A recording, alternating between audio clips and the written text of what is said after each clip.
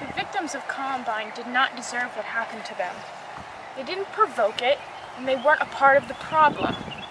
They were victims who were brutally murdered by two teenagers.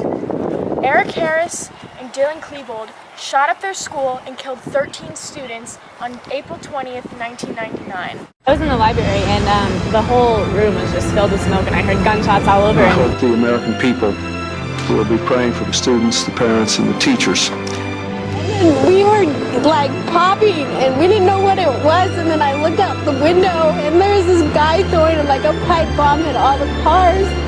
And then he came in, they like started blowing up and shooting everyone in the cafeteria. Everyone around me got shot. Columbine. It was the worst school shooting of its time. We have gone behind the scenes to uncover the bias and wrong reports of the Columbine High School massacre in the media. In this eye-opening documentary, watch as we break down what was thought to be true on that dreaded April day. And as we prove the media cheated us out of the truth that we deserved. This is American Horror Story, Columbine.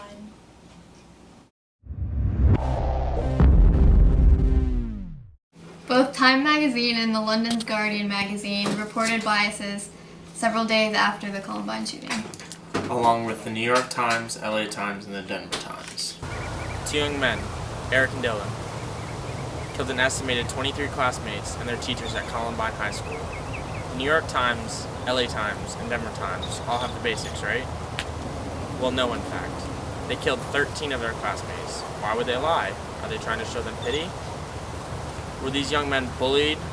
Were they in a gang? Were they put up to this? No, in fact. They were not put up to this. The newspaper media simply portrayed the boys as being bullied and in the trench coat mafia. When neither actually happened, the newspaper that we all love and believe are so truthful lied and showed bias to try and give pity to the boys. Why? Why did they do this? These two boys killed an estimated 23 when it was 13. Why would they lie? With no rhyme or reason, why did the media omit the fact that the boys were proven to be insane? And that was the sole reason. They said that there are more shooters than there actually were. They reported that there are 3 shooters when there is actually 2. And the number of dead wasn't 23 that was reported, it was 13. 12 of them were students, 1 was a teacher. No media outlet reported more misleading and false information than television news stations did after the massacre at Columbine happened. From false number of students killed and wounded to the nature and description of the shooters, almost every single news report shown in the minutes, hours, and days after and during Columbine happened were soon proven to be false.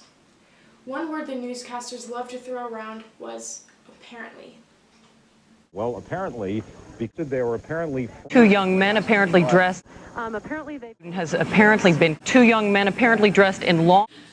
As you can see, television reporters love to use the word apparently. Why are you reporting something apparent?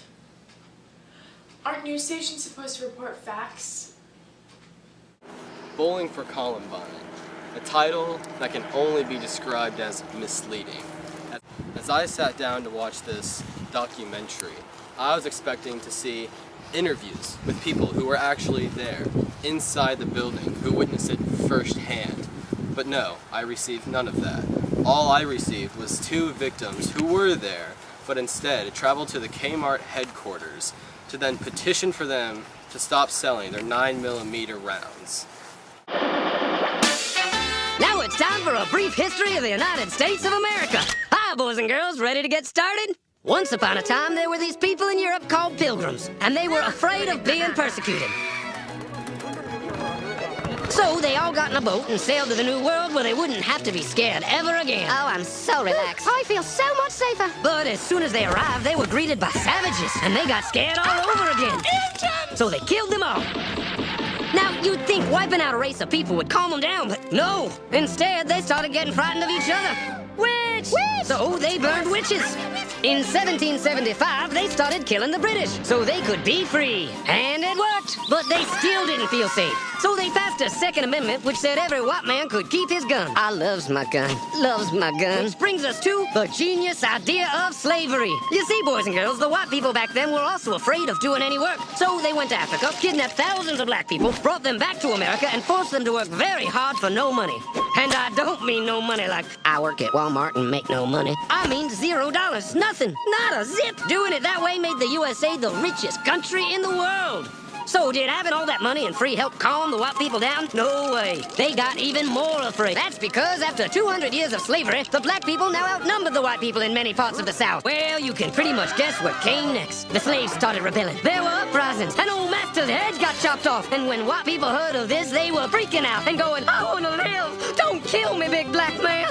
Well, just in the nick of time came Samuel Colt, who in 1836 invented the first weapon ever that could be fired over and over without having to reload. And all the southern whites were like, yeah! But it was too late. The North soon won the Civil War and the slaves were freed. Yep, they were free now to go chop all the old master's heads off. And everybody was like, oh no, we're gonna die. But the freed slaves took no revenge. They just wanted to live in peace. But you couldn't convince the white people of this. So they formed the Ku Klux Klan. And in 1871, the same year the Klan became an illegal terrorist organization, another group was founded, the National Rifle Association. Soon politicians passed one of the first gun laws, making it illegal for any black person to own one.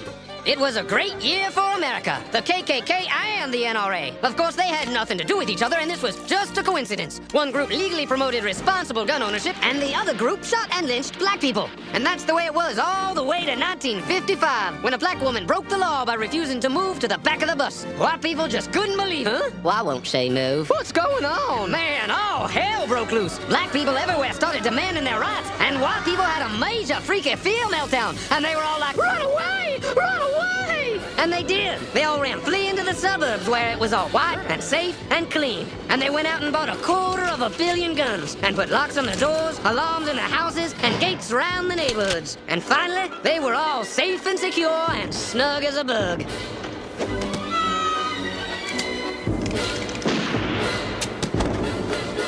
And everyone lived happily ever after. Moore uses this cartoon in a comedic way to show how Americans reserve the right to bear arms, and by dumbing it down into what can only be described as a stupid and childish cartoon, makes the viewer seem almost childish for supporting gun rights and for describing the white man for being scared of previously owned slaves and other minority groups. Makes all Americans and all white people who own guns seem racist. I have only 5 words for you. From my cold, dead hands. From my cold, dead hands. These are the words of the NRA president in 1999, Charlton Heston, who was strategically used by the director Michael Moore in his documentary to provoke strong anger and rage against the NRA, which was soon after the Columbine shooting in 1999. In spite of all this, how many people are killed by guns each year? In Germany, 381. In France, 255. In Canada, 165. In the United Kingdom, 68. In Australia, 65. In Japan, 39. In the United States, 11,127. But that to me brings up an important question. Then what is so different about Americans? Are we homicidal in nature? Because in Europe, in Australia, most other free world countries, they don't have this. They don't have people who snap and go on murderous rampages. Well, no, they're just like us. I mean, they have the occasional person that snaps and kills a lot of people. Or how about a British soccer riot? Those aren't Quakers there. Another tactic that Mr. Moore uses is he takes statistics and other numbers and twists them and completely distorts them into nothing but lies and misunderstanding of what those true numbers are. When he tries to tell you about the crime rates and the shooting rates between the different countries such as Great Britain, Japan, and Canada, what he doesn't tell you is in the United States and Canada, where the numbers are higher, gun owning is completely illegal as long as you have a permit and the right background checks. However, in the countries where he says that there is almost no fatality shootings each year, such as places as Great Britain and Japan, he never once says that owning guns in those countries, or even weapons of any type in Japan, is 100% illegal. Attacked his riding mower. A warning about a popular weight loss supplement. What you don't know may kill you. You ride them every day, but in an instant, an escalator can mangle you or a loved one. 7 on Your Side reveals why you may be riding a stairway to danger. You might want to take some extra precautions. Keep a low profile. Don't go around dancing with a bunch of Americans in the streets. Make sure that you don't draw a lot of attention to yourself and the fact that you're American. The nation's top doctor says 1 in 5 Americans suffer some form of mental disorder. The Surgeon General, David Satcher, pleads with people to seek help now. The media, the corporations, the politicians have all done such a good job of scaring the American public. It's come to the point where they don't need to give any reason at all. Today, the Justice Department did issue a blanket alert. It was in recognition of a general threat we received. Mr. Mori uses diegetic sound several times in this documentary to provoke specific emotions, such as when he says the media is trying to scare you on purpose with its non-stop coverage of shootings and other problems with gun control and people with guns. While he plays this clip, there is an audible heartbeat in the background, which gets faster and faster as he continues to play these clips of the media, showing you non-stop guns on the street and black people with guns. In the background, you can hear this heartbeat, and it gives the audience the sensation of being scared and makes you feel anxious.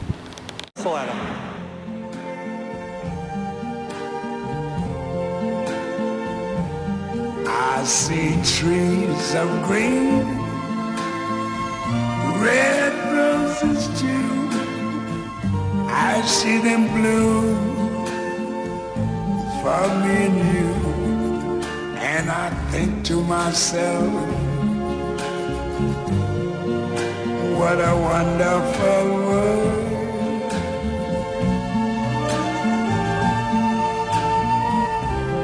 I see skies of blue and clouds of white, the bright blessed day, the dark sacred night, and I think to myself, what a wonderful world.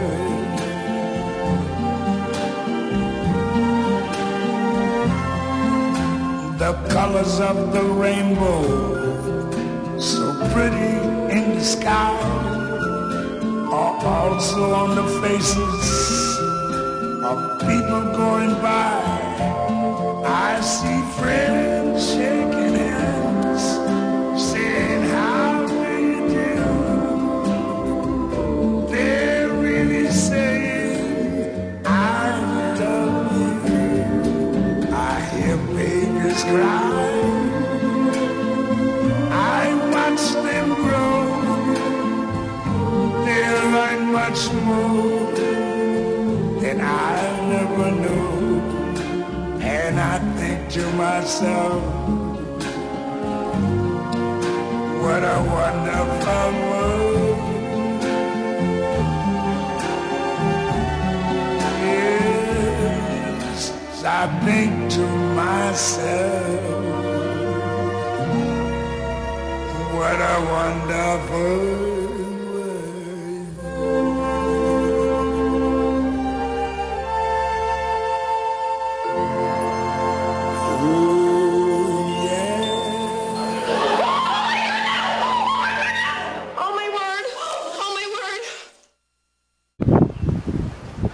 While showing clips of the U.S.-backed organizations over the year, Moore chooses to play the song, What a Wonderful World.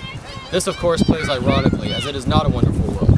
Groups such as Al-Qaeda and Saddam Hussein once took our support and then turned the weapons that we once gave them back on us and our citizens and their own citizens. By choosing this song, Moore makes the audience feel as if we should be guilty for once backing these groups, but at the time, of course, we did not know that they would take these weapons and turn them on us and then their own citizens. Some of the biases were that they said that the shooters were in the trenchcoat mafia when they actually weren't. And many of the students who were interviewed also said this, and the teachers also agreed that they were in the gang when they were actually not. The media originally reported that the two were a part of a club called the Trenchcoat Mafia, a group of misunderstood outcast kids. Strike one for the media. That's false.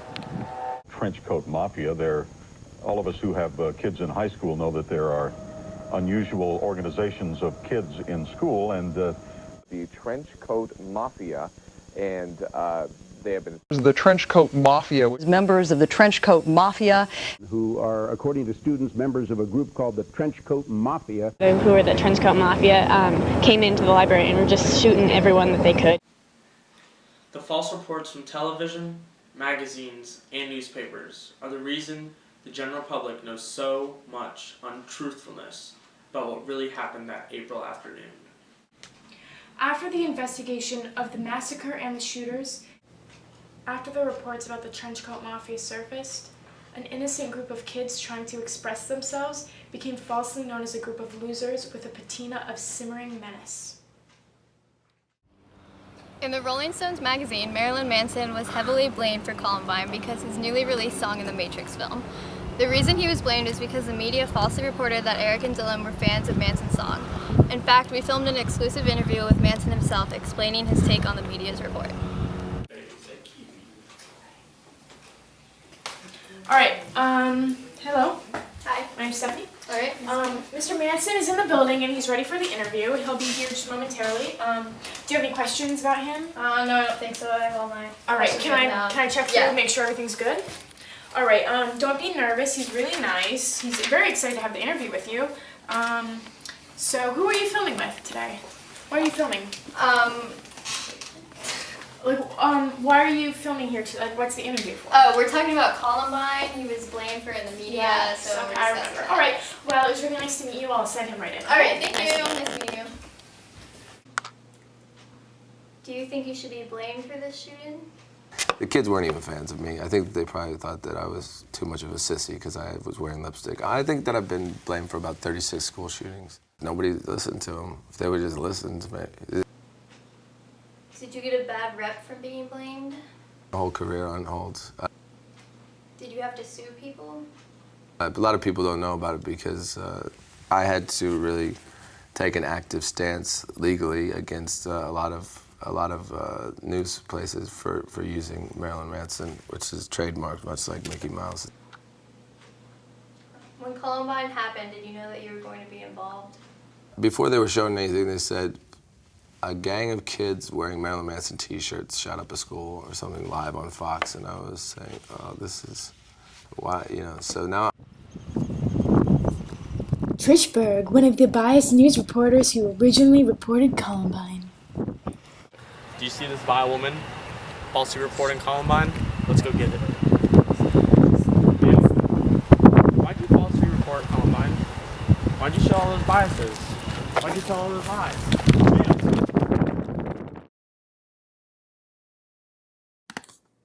Time magazine's cover shortly after the Columbine massacre features the 13 victims around the border in small black and white photos. Right in the center are innocent-looking photos of Eric and Dylan. Their photos are the only ones in color. The photo portrays the two apart from the rest of the victims and gives them an innocent, childish look. The caption on the cover is "What made them do it?" insinuating the 13 people surrounding their photos is to blame. Victim blaming occurs when the victim of a crime or any wrongful act is held entirely or partially responsible for the harm that befell.